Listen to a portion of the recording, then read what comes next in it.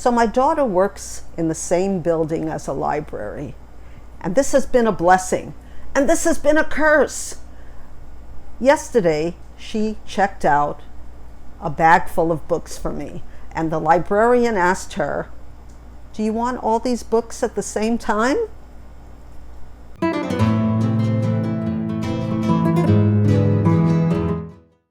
Welcome back to my channel. So, this is my first ever in 4 years. This is my 4th year on Booktube, and this is my first ever Friday reads. Why is that? And what has happened to me?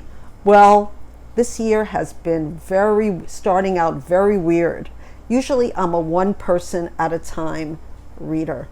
I read usually very closely, and during the past few years I was reading mostly print books, which, because of eye issues and hand issues, took a while to get through each book. But since I got my Kindle, I seem to be able to get through more books than I usually do. But what is interesting too is that I'm starting books, putting them down, and starting other books. So if you watched my last video, I talked about 2 books that I was going to read, and one was O Pioneers and one is Middlemarch. And I've started both of them. But I have to admit that O Pioneers is pulling me in because of the story that just reminds me of Little House on the Prairie, and of how the people had to suffer. And this is O Pioneers takes place in Nebraska, and these Swedish people came to a land that is very hard to farm, and a lot of them weren't farmers. So I keep on putting this book down and picking it up, as well as looking for an audiobook of Middlemarch, because I do have it on Kindle, but for some reason I want to do a Kindle and an audiobook together. Okay, so that's 2 books I'm reading at once. What else? So at the library, in that same bag of books, was an audiobook of the story of Edgar Sawtelle, which the booktuber Leo's Little Library told me about, that it's about a dog, and I love dogs. But when I opened it, there is a lot of audiobooks to get. There's a lot of these CDs to get through. And I'm saying, okay, so I'm going to listen to one, go back to another book. Who am I? Okay. Then I'm reading Your Driver is Waiting by Priya Gunz. And I have to say that I'm not even halfway through. I'm reading this on Kindle. And a lot of people say that this is supposed to be a take of Taxi Driver, the movie, which I have never seen that movie. And they said it was really, bad marketing, that it's not really about that. It's about a woman whose life is falling apart. She's, like an Uber driver. They don't say Uber, but she's a driver, and she can be a little annoying. And then the writing is very fast paced, not always wonderful. A lot of people love this book. I think I'm going to finish it because I think I've gone to the point where I want to see what happens. Though people on Goodreads say not much does happen, or what happens at the end is weird. But I know a lot of people love this book. I will say that it's doing a lot of things. It's talking about how hard it is to live in a city and try to work at a job that pays like $9 an hour, she's saying, without the tips. And she's trying to take care of her mother, who seems to have had a stroke, but so far it's not really explained that well. but she has a lot of stress. She's gay. I should have mentioned that. And she does a lot, some people say too much, talking about her Gunz. But that didn't bother me, whatever floats your boat, if you're going to have such a horrible time, making money, you need something that makes you happy, and this makes her happy. And she's about in this book to meet somebody. So I haven't read it all, but it also has to do with social issues. And I think that because she's trying to do all of this in one book, it might feel a little disjointed, but some of the characters are really interesting, and I'm going to reserve judgment for Your Driver is Waiting. And I just love this cover. I think this cover, and it's a library book, but I hope you can see it. But the way she's looking in the rear view mirror at the people. And as somebody who's been an Uber rider, not a driver, and my partner was an Uber driver for a while, he didn't have all of these experiences, but boy, it sounds very stressful. Okay, so what else am I reading at the same time? So I had a sample, and this is not the book, but it's a book that looks exactly like this, and it's called Oh, the Brave Music. And the reason I'm showing you this book is, well, one, I can't find the book, but it looks exactly like this. And I bought it during my first few years of Booktube.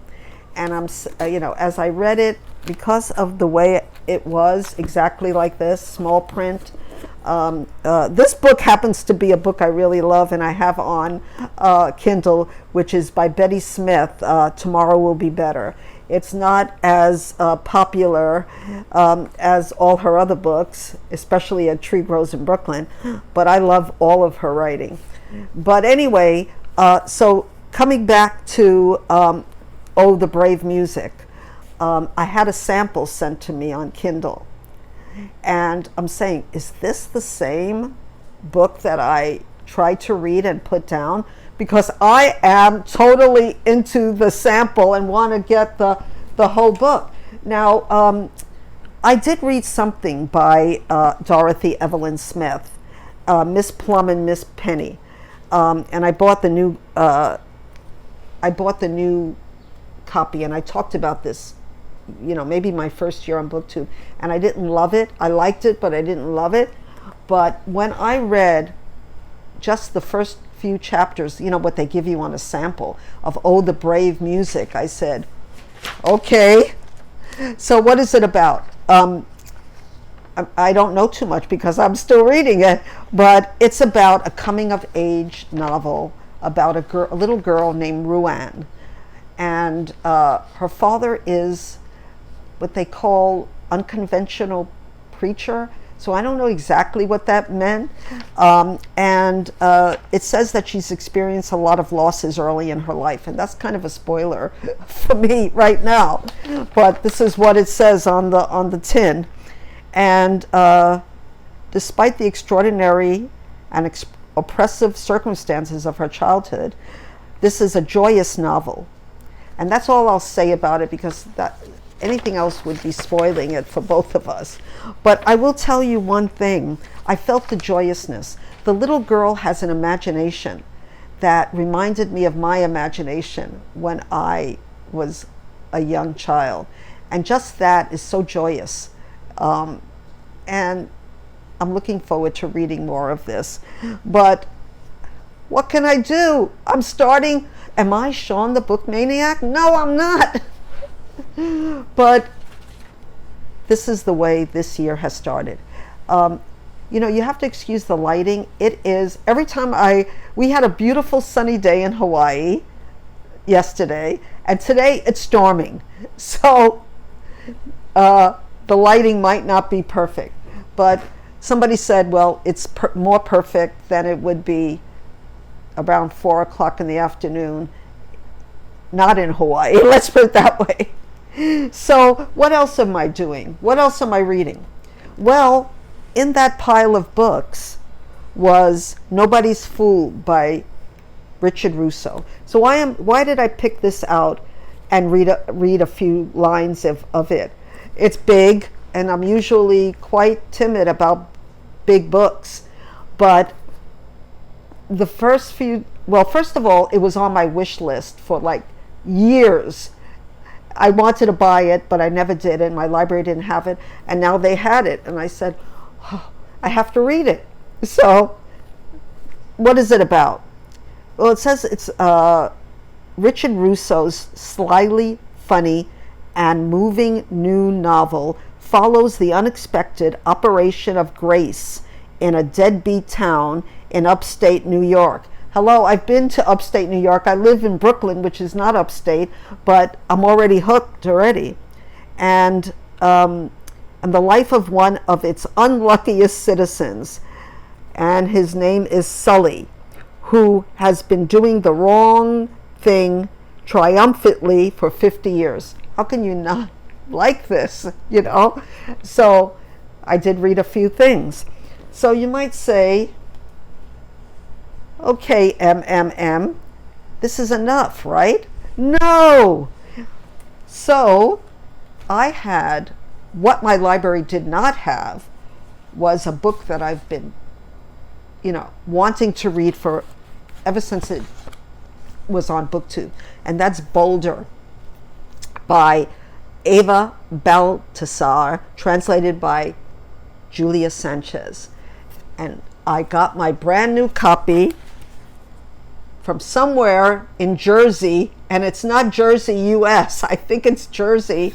And if anybody knows where this is, it says Saint Savior. So I have no idea. This might be Jersey Post. I thought, but it has like a French name, Rue de Prève Trading Estate. I have no idea where this came from. But I said, wow, I've been reading this. I've been wanting to read this. So let me just show you why I stopped reading it. And I'm only going to read you the first first paragraph. Cayon, Chile. I think it's Chile. A night years ago, sometime after 10, no sky, no vegetation, no ocean, only the wind, the hand that grabs at everything. I stopped right there and I said, well, Nellie, I can't read this right now. I need to buddy read this with somebody. So somebody, let me know if you want to buddy read this with me, because this is a book that it's the International Booker Prize 2023 shortlist. It's the winner of the English Pen Award, and I want to read it. So what is it about? I'm not going to spoil it because it's not a large book. And it says a cook on a merchant ship who's gay, doesn't say that, but she's gay, comes to know and love Samsa, a woman who gives her the nickname Boulder. So I think that's all I'm going to say, because to say more would be to ruin it. And yeah, I don't want to do that. Now, what book did I actually finish? I did finish one book, and it was The Catherine Wheel by Elizabeth Harrower. And I don't know who told me about Elizabeth Harrower, who's an Australian writer, but I had also have another book that that I bought, former library book, called A Few Days in the Country and Other Stories. So for some strange reason, I bought both of these books at one time, and I picked it up. So what is it about? Like I said, Elizabeth Harrower is an Australian writer, and this book was written in 1960.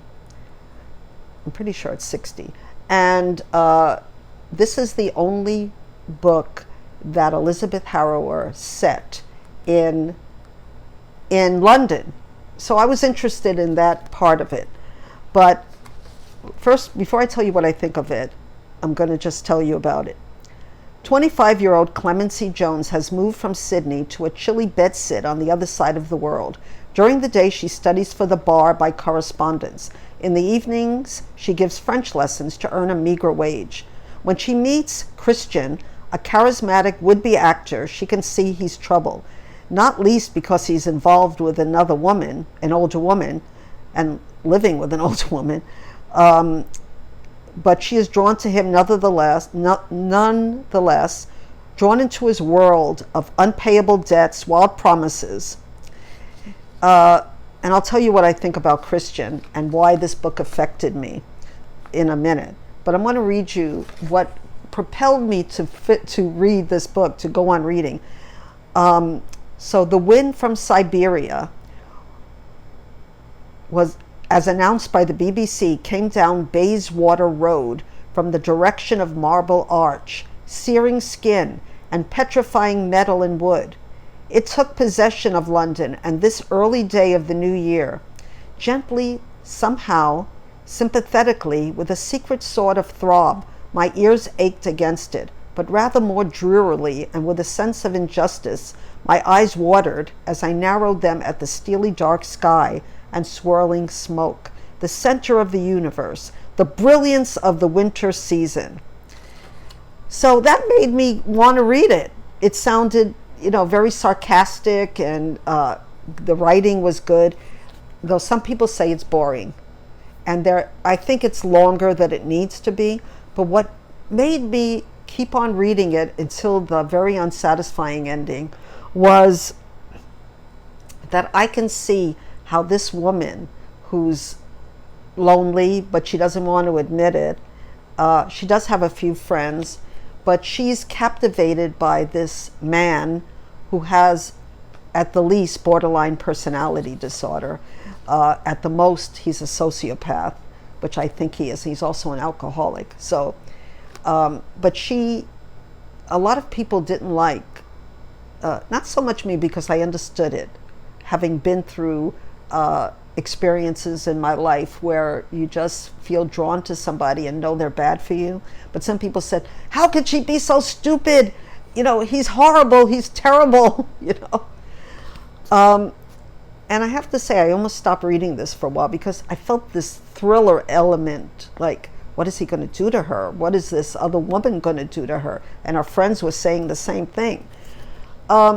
Ultimately, I was disappointed by the ending. It was, some people might not mind it. It was left pretty open that what was going to happen. And I wanted to know. I wanted to know so bad that I kept on looking on the internet. What really happened at the end? But no one told me. So, have you read? And I should have been more cognizant when I read that this is, I didn't know what a Catherine wheel was. I thought it was like a pin, like at a fair, which it is, but it's also an instrument of torture. And believe me, this woman was tortured until a breakdown. And it really affected me negatively, and I didn't want to read anything for a few days after finishing this book.